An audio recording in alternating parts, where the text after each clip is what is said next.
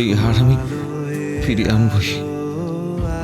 এই হার না ফিরিয়ে আনা পর্যন্ত আমি শান্তি পাবো না রে।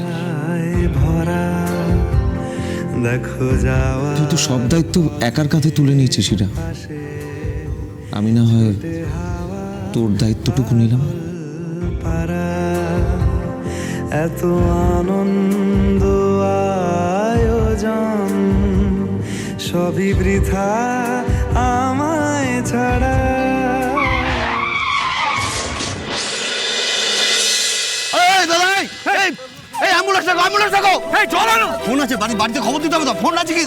ওখানে আবার কি হলো? অ্যাক্সিডেন্ট? কি জানি কার বাড়ির লোক, বাড়িতে হয়তো সবাই ওনার অপেক্ষায়, আর এদিকে কি হয়েছে দেখি একটু।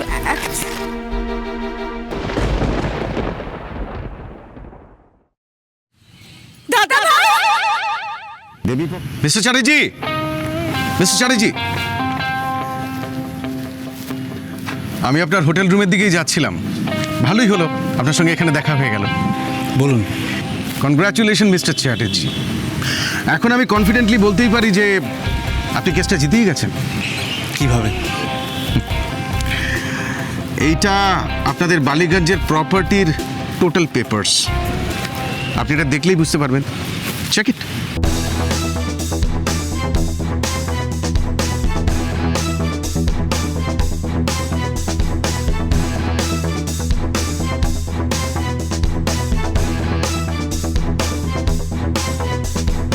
মিস ইরাবতী মিত্রের বাবাকে ওই বাড়িটা ৩৩ বছর আগে লিজ দেওয়া হয়েছিল ঠিকই, কিন্তু মজার খবরটা হচ্ছে গত মাসেই সেই লিজটা শেষ হয়ে গেছে।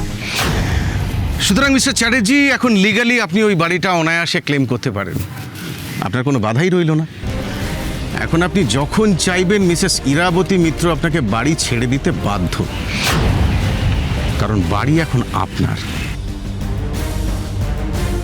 বেচারি মিস মিত্র, এবার আপনি কি করবেন? আকাশ চ্যাটার্জিকে চ্যালেঞ্জ করেছিলেন না? এবার তার ফল ভোগ করতে তৈরি হয়ে যান।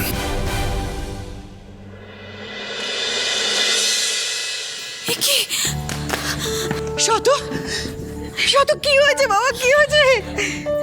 কি হয়েছে তোমার এসব? কেমন করে হলো বলো না, কেমন করে হলো এসব? শত কি হয়েছে বাবা? রাধা মাধব কি করলে ছেলেটার সঙ্গে? কি করলে? এ দাদা ভাই, কি করে হলো তোর এসব? বল না। ইরা বল না, কি করে হলো ওর এরকম? বল না, কেন কিছু বলছিস না? একটা অ্যাক্সিডেন্ট হয়েছে। ভাগ্যিস ইরা দিদিমণি ঠিক সময় দাদাভাইকে দেখে ফেলেছিল, না হলে যে কি হতো কে জানে।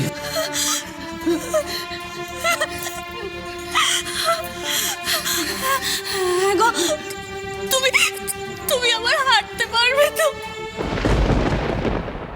কি বলছিস কি পিয়ালি? হাঁটতে পারবে না কেন? নিশ্চয়ই হাঁটতে পারবে। ইরা ডাক্তার কি বললো? বল না, ডাক্তার কি বললো? ডাক্তার বলল অ্যাক্সিডেন্টে দাদা ভাইয়ের পায়ে ফ্র্যাকচার হয়েছে, তাই এখনকার মতন প্লাস্টার করে দিয়েছে, কিন্তু 1 সপ্তাহের মধ্যে একটা অপারেশন করতে হতে পারে। শতর পায়ে অপারেশন করতে হবে? অপারেশন করতে গেলে তো অনেক দিনের ব্যাপার, তাই না রে দি?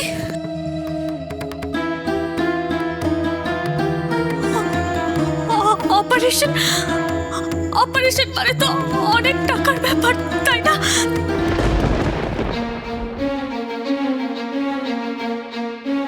ঠিক কতদিন সারতে লাগবে কিছু বলেছে?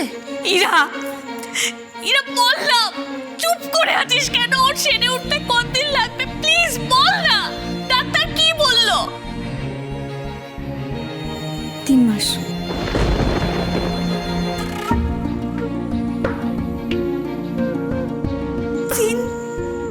তিন মাস?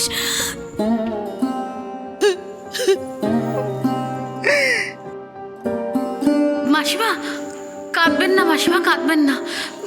যা হবার তা তো হয়েছে। এটাতে তো আমার আপনার কারোর কিছু করার ছিল না, বলুন, কারোর তো হাত নেই এতে। শতুর সাথেই এমনটা হলো।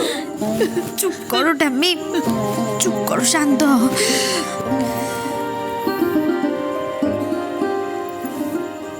এই দাদা ভাই, তুই কথা বলবি না? দাদা ভাই, এটা তো একটা অ্যাক্সিডেন্ট, এটা তো যে কোনো কারোর সাথে হতে পারতো। এটাতে এরম ভাবে ভয় পেয়ে গেলে চলে নাকি?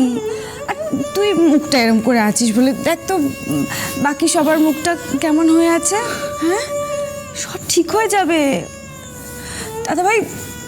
আমারও কিন্তু তোকে এভাবে দেখতে একদম ভাল লাগছে না। তুই কিন্তু এবার আমার কাছে বকা খাবি দাদা ভাই।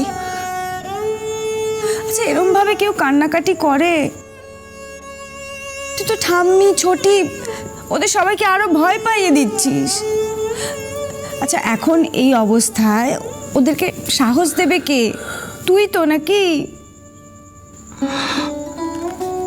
ইরা, আমি পারলাম না রে। আমি ভেবেছিলাম তোর পাশে দাঁড়াবো, নিজে দাঁড়িয়ে থেকে তোর বিয়ে দেব। উল্টে আমি তোর ওপরে বোঝা হয়ে গেলাম রে। কোথা থেকে পাবো এখন এতগুলো টাকা?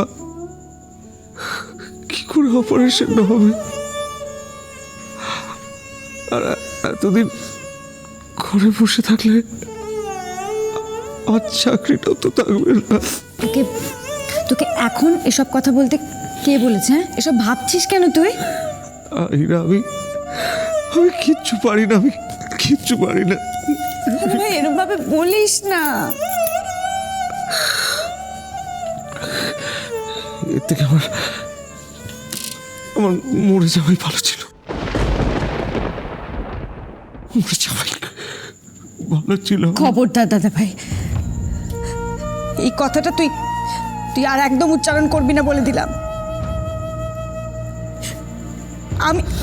আমি থাকতে তোকে তোকে কোনো ব্যাপারে চিন্তা করতে হবে না। আমি আছি তো, আমি ঠিক একটা ব্যবস্থা করে নেব। এই দাদা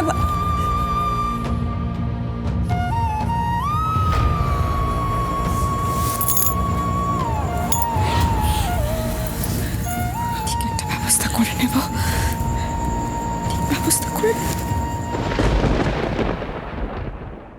আজ আমি খুব খুশি মিস্টার বক্সি, খুব খুশি।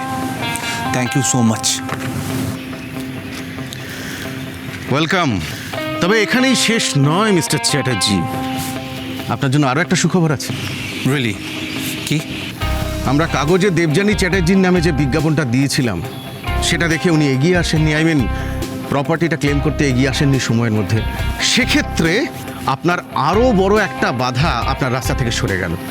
এখন আপনাকে আর কেউ আটকাতে পারবে না মিস্টার চ্যাটার্জি। এখন ওই প্রপার্টির আপনি এক এবং একমাত্র উত্তরাধিকারী।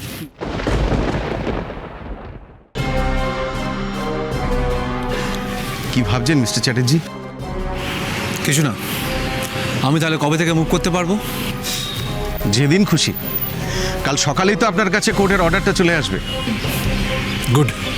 পুজোর আগেই আপনার গৃহপ্রবেশ একদম পাকা মিস্টার চ্যাটার্জি। কাল মহালয়া, আর দেবী পক্ষের সূচনার সাথে সাথেই আপনার জিত নিশ্চিত। আর মিস ইরাবতী মিত্রের হার।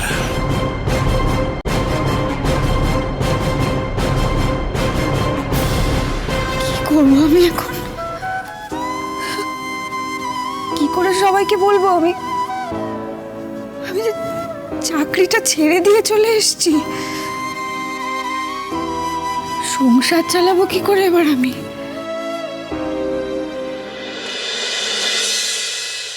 আমার মণিমা আজ অব্দি ওই বাড়িটার কোনো ক্লেমই করেনি, কারণ ওই মানুষটা আর বেঁচে নেই।